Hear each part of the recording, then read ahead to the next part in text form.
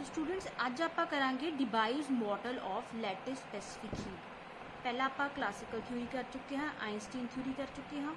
हुण आप तीसरा मॉडल पढ़ांगे Debye's model of lattice specific heat. So सब तो पहला आप करांगे कि इस मॉडल दे विच किहड़ियां अजम्पशनस लिखियां गईयां ने।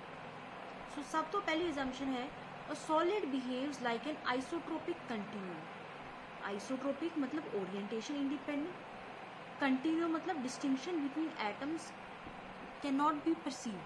ठीक है, सो वो अजिहा सॉलिड आप मन के चले हाँ जो कि डायरैक्शन इंडिपेंडेंट है वो प्रॉपर्टीज, तो कंटिन्यूम है as in distinction between atoms that is can not be perceived. Next जो है point, atoms in a crystal are harmonic oscillator but incapable of vibrating independently of one another. So अगले जिहड़े ये 3 point ने सारे इक्को चीज़ को डिस्क्राइब करते हैं, कपलिंग ऑफ एटम्स। सो पहले पॉइंट में इन्होंने क्या है कि इनकेपेबल ऑफ वाइब्रेटिंग इंडिपेंडेंटली, दूजे पॉइंट से इन्होंने क्या है कि दे आर कपल टुगेदर, तीजे पॉइंट से इन्होंने क्या है कि vibration of a crystal is taken as whole.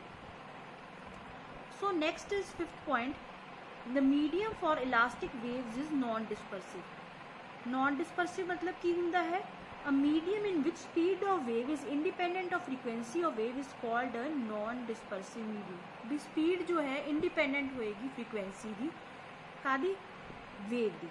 ठीक है, so 6th point जो है that is total number of vibration modes are limited to 3n। ठीक है, so total number of vibration modes for a crystal containing n atoms किन्ने होंगे जे 3 degrees of freedom होंगे 3n।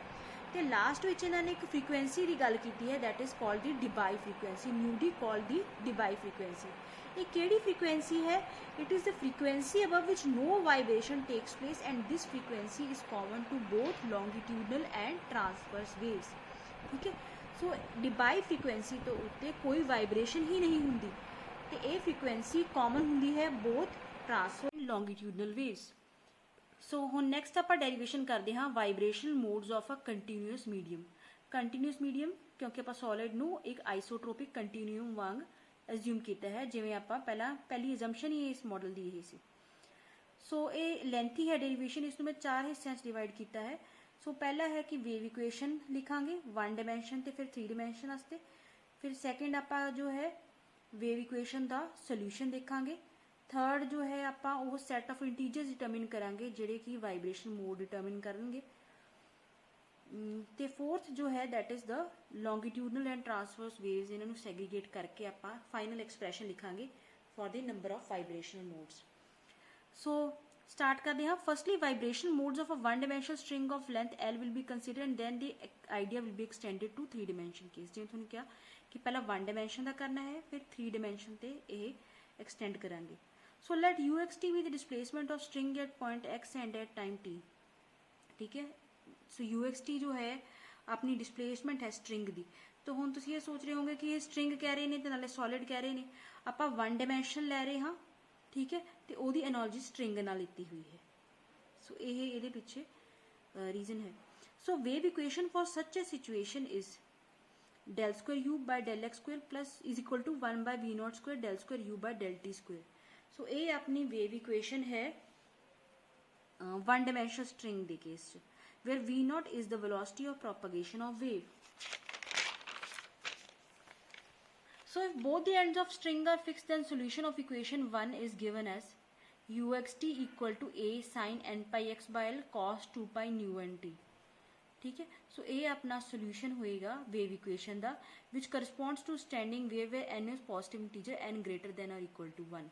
सो standing wave का solution अपने को आ गया है।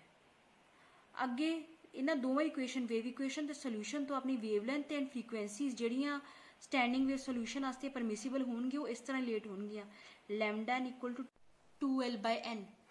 सो फ्रीकुएंसी किस तरह लेट होगी new n equal to v nought by lambda N.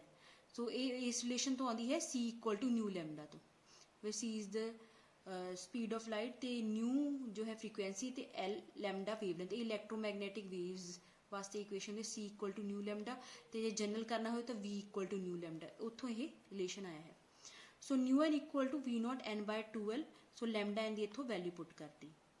अगे इन्होंने ग्राफ बनाया हुए है number of modes of vibration with respect to frequency.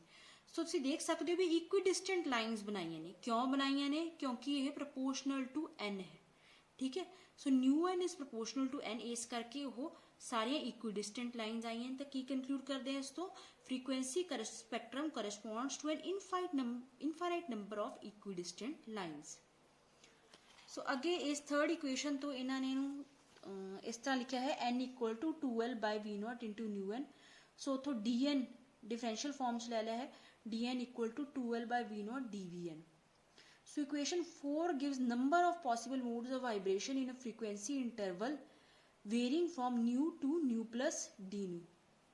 ठीक है, सो अपने को number of possible modes of vibration आ गए कि इंटरवल च nu to nu plus d new.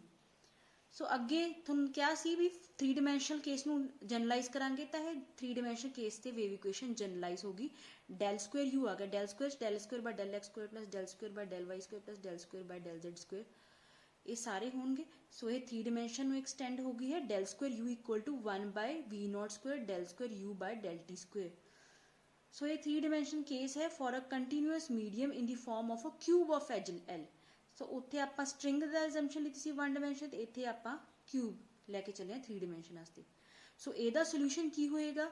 You x y z equal to a sine n x pi x by L, sine n y pi y by L, sine n z pi z by L, cos 2 pi nu T.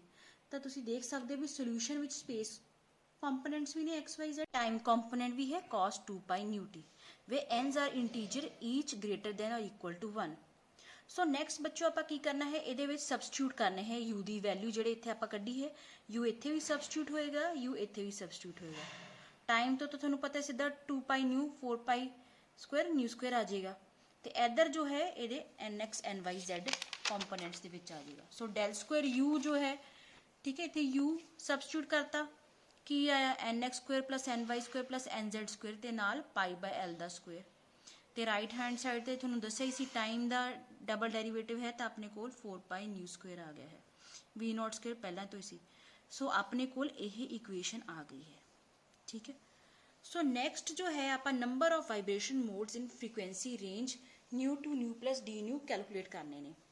सो वो वास्ते आप consider करते हाँ a network of points in space, each point being determined by 3 Cartesian positive integer coordinates. So हर point n x n y n z नाल determine हो रहा है, and each point occupying on an average a unit volume in integer space, तो हर point जो है unit volume occupy कर रहा है। सो जो आप इन्हें तिना के स्क्वेयर का सम करांगे तो वो एक स्फीयर फॉर्म करेगा of radius r, r square इतने आर स्क्वेयर, क्योंकि n x square plus n y square plus n z square है, तो आप स्फीयर ऑफ रेडियस आर है, तो इतने इस करके आर स्क्वेयर आएगा, क्योंकि इधर साइड पर भी स्क्वेयर है। Where r is the radius from origin to any point, क्योंकि जो n x n y z n z एक पॉइंट रिप्रजेंट करते हैं, तो ये जो है points sphere of radius r च प्रेजेंट ने। So r square will be equal to 4l square nu square by v not square. So इतों इन्होंने n x square plus n y square plus n z square की value substitute कर दी। Since each point occupies a unit volume, the number of points in a shell between r and r plus d r, ये तुहानूं पता है कि जिस तरह की स्फेरिकल शैल होएगी आर ते आर प्लस डी आर दे विच, आपां इहनूं स्टैंडर्ड रिजल्ट है आप लैके चलते हुंदे 4 pi r square d are के बराबर होएगा। Since only positive integers are required, the part of the shell lying in the first octet contains 1/8 4 pi r square dr। ठीक है, सो कल पॉजिटिव इंटीजर्स कंसिडर कर रहे हैं हाँ, इस करके ऑक्टेंट दे विच 1/8 फैक्टर आ गया ऑक्टेंट करके, so 4 pi r square d r है, तो ये नैट की बन जाता है half pi r square d r. So next जो है ये अपने पॉसिबल मोड्स ऑफ वाइब्रेशन दस देंगे। ठीक है, ये quantity. So now each set of integers n x n y n z determines a possible mode of vibration.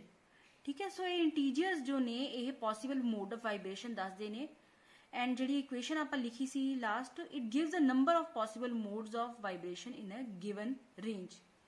सो अगे आने आप number of possible modes of vibration के एक्सप्रैशन दे जेड न्यू डी न्यू।